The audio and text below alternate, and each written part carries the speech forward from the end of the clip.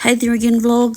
So this is a video I recorded on the 16th of July and today is the 5th of August, so this was a whole month ago. I thought I would record my trip to North Shore to see my sister and to drop off something to her, so I thought I'd record my journey there.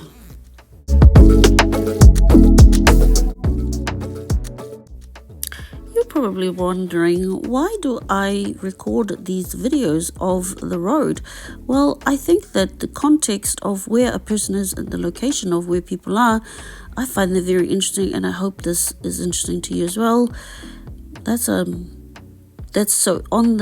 is the State Highway 16 on the way to a route to northwest and also to the North Shore of Auckland. This is another way to reach the North Shore. Another way is to go through the harbour bridge. Anyway, this is my stomping ground really. West Auckland, Henderson area, this whole motorway scenery here. So on the left there is the off-ramp to Lincoln Road, one of the main roads in Henderson, where the Henderson Central Business District is at, where you can go shopping and you do all sorts of things. So life revolves around Lincoln Road for a lot of the people. It's a central place for supermarkets, for all types of services that you can find there. So you can basically live out West Auckland and and life revolves around just this area because everything is there. It's a mini city. In fact, it used to be known as Waitakere City before it was absorbed into the Auckland city-wide name, or the incorporated all of the different cities, mini cities around the area, into one big whole regional council, I guess, which is the Auckland City. So this is on the road the way up to Massey. And Massey, okay, so you see there on the left, there's a walkway, cycleway as well, right alongside the motorway. And that's a route that will take you up to Massey suburb. So yeah, and this is on the way up to the Northwest Shopping Precinct as well. Wow. Yeah, so the bridge that I'm going to go on to is the Upper Harbour Highway. We just went past the sign anyway, and yeah, like I said, it's another route to go to North Shore.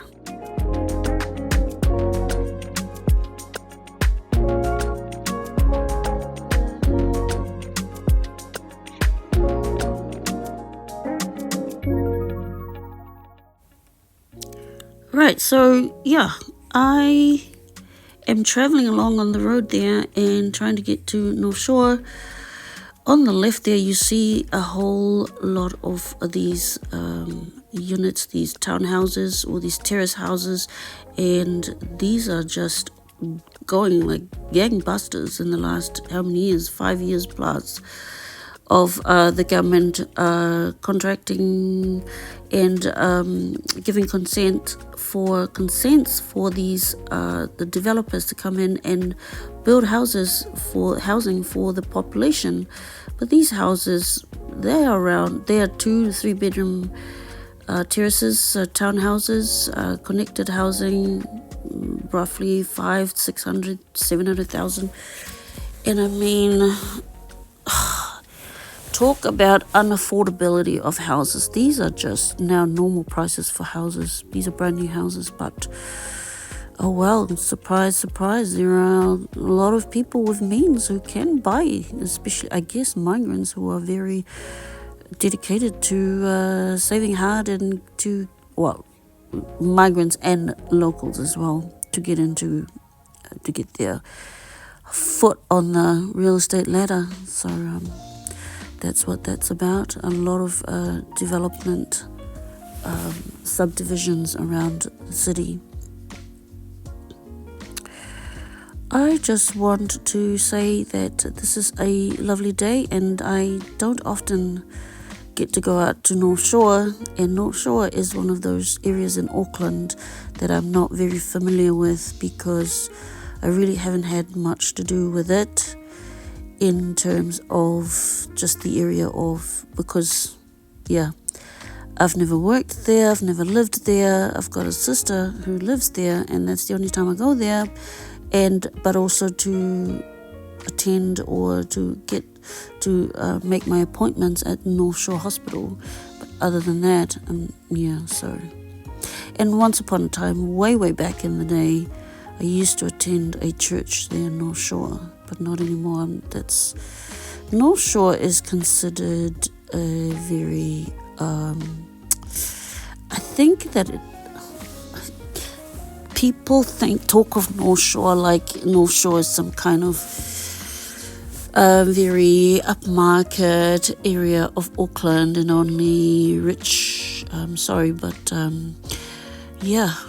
rich people live there, and it's mainly considered also an area where white Europeans live and work there. I don't know. I think that, there are a lot of migrants there, I guess, too, as well.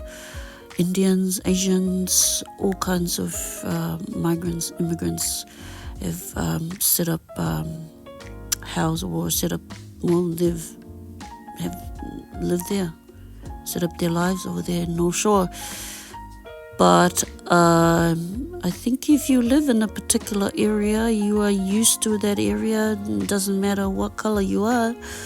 If you're familiar and you like that area and you feel settled and established in that area, you would stay there. I mean, North Shore has its own share of crime as well that makes the news. So I guess there are pockets of North Shore that are, they're not very safe, but on the whole, it does have a reputation for being like a place where, so-called rich people live. I don't know. I don't know whether that's a deserved label, but, there are stereotypes everywhere you go, and I guess there's a stereotypical North Shore vibe of the place. Anyway, we have we have gone past the bridge. I hope you saw that we went over the water, and we're now over in North Shore. And this area is Greenhithe. It's green. It's got a bit of a rural outlook, and it's a very pleasant place, I guess. Well, when you drive into Greenhithe, it's got its own vibe. It's private. It's I think they take pride in being in North Shore, but not necessarily part of it. I guess they have their own sort of village identity to them. Very lovely houses there. I think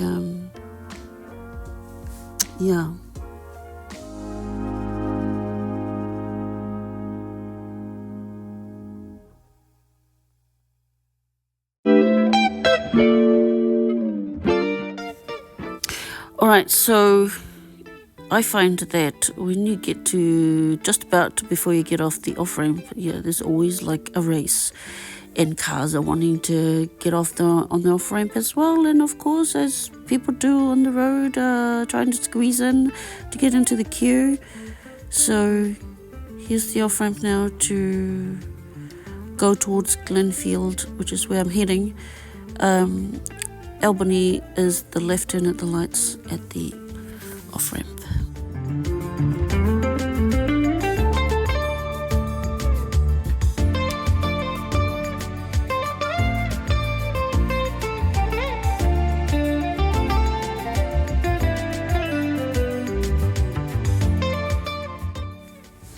I'm just watching this again, and I said that I want to be in the middle lane.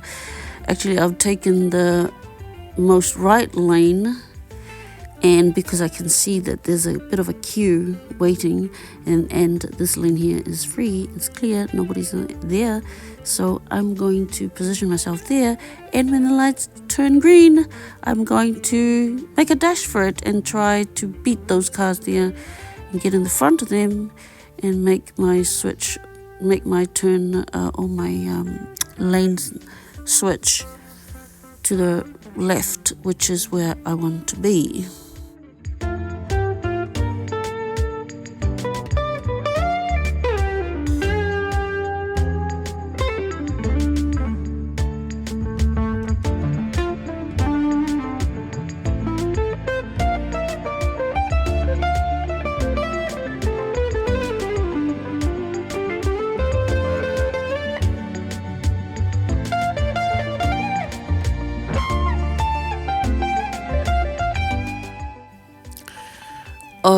Story time. Well, back in 2021, I was in between, I had just finished up a stint of a few years working as what was I doing? I was organizing meetings and doing that type of job, and I thought that I would venture into something else. So I applied to do courier work. I mean, a few of the people in my life was like, what are you doing? Why would you want to go and do that job? But I was like, no, I've thought about this, and I think that this industry, this sector, is a thriving and alive industry. It's going to survive the vagaries of the economy going up and down and whatnot. So I thought, I was thinking that I would eventually become a contractor for NZ Post. So anyway, I applied and got I was working for this guy who has his contract, right? So I was like an assistant to start off with. Anyway, so the job was over here in North Shore, and this is, when I said that I'm not very familiar, I wasn't, because the stint that I did as a courier driver lasted for a week, and it was, I think, a week and a bit.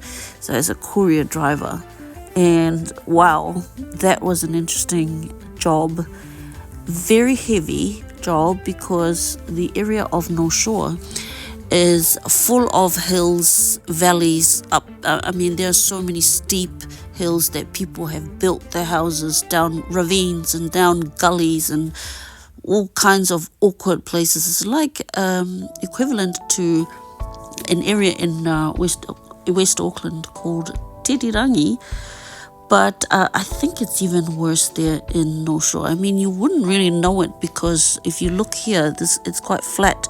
But the areas, if you're a courier driver, you're going to find all kinds of, pockets of suburbia that nobody really goes to, so they have to make deliveries.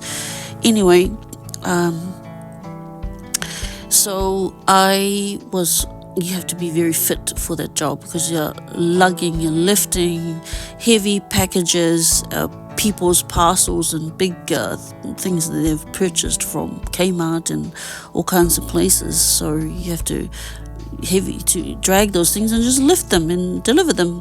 But I remember one day, it was a rainy, wet day. I think it was also in the middle of winter, this was, that I did this little stint, brief foray into the courier space.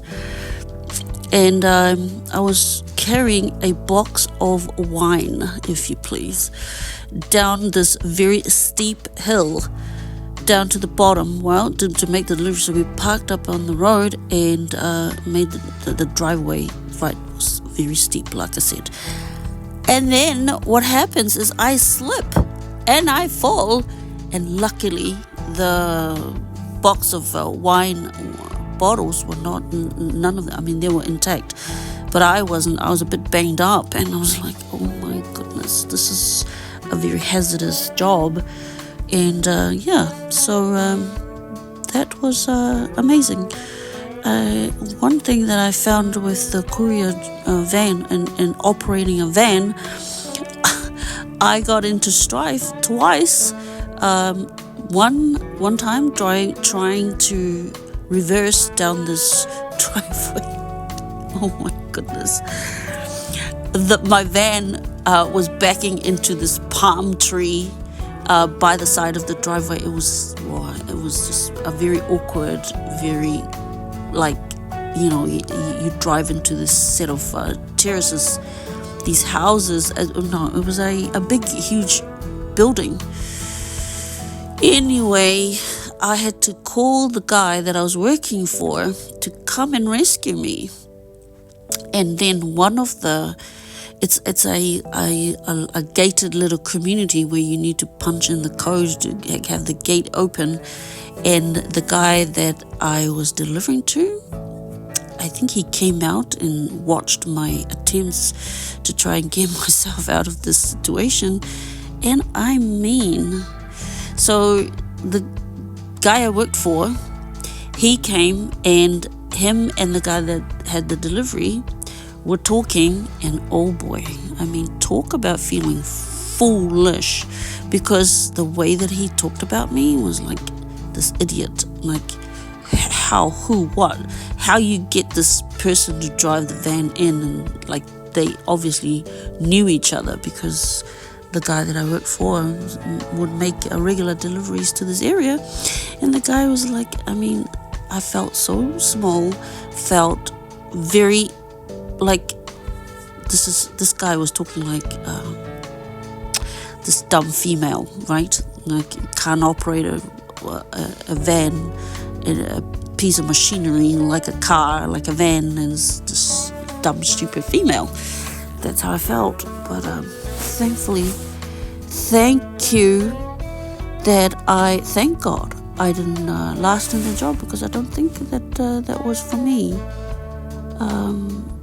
I think that I can operate a van, but when you have a heavy van full of parcels and packages, it's not easy. And when I was with the guy in the first day or two, and it was a rainy day, and he got stuck himself trying to maneuver the van out of this little, it wasn't even a deep incline, it was a slight little slope down the driveway of this house that we were making the delivery to, and it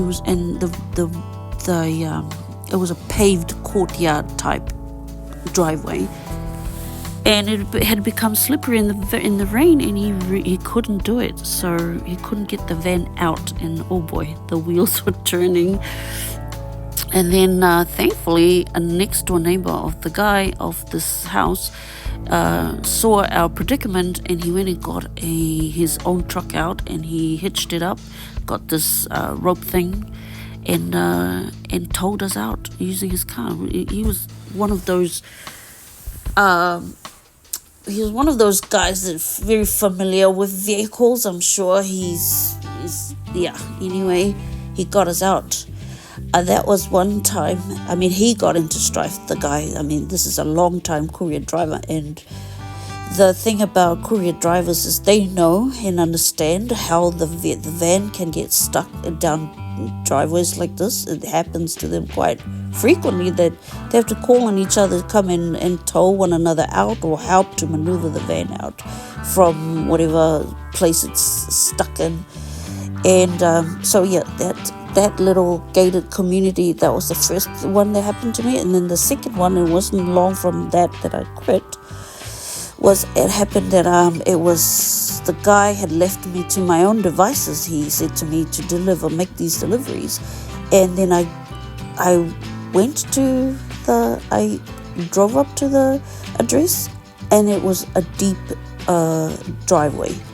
steep driveway, and I was like, it's dark, I'm really wanting to go home, and I'm just gonna chance it. I'm gonna go down.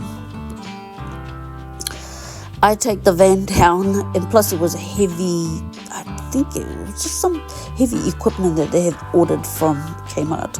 So I didn't want to lug that heavy thing down, and it was a rainy evening too, again. And I go down and then I make the delivery, and then I try to get the car going to get up and out of that driveway, and no can do. Oh my goodness, so embarrassing, because the owners came out and watched me and tried to help me. Eventually I had to call the guy again, the courier guy I was working for, and he came. It was getting on to dark at that time, and then he got me out of the predicament that I was in.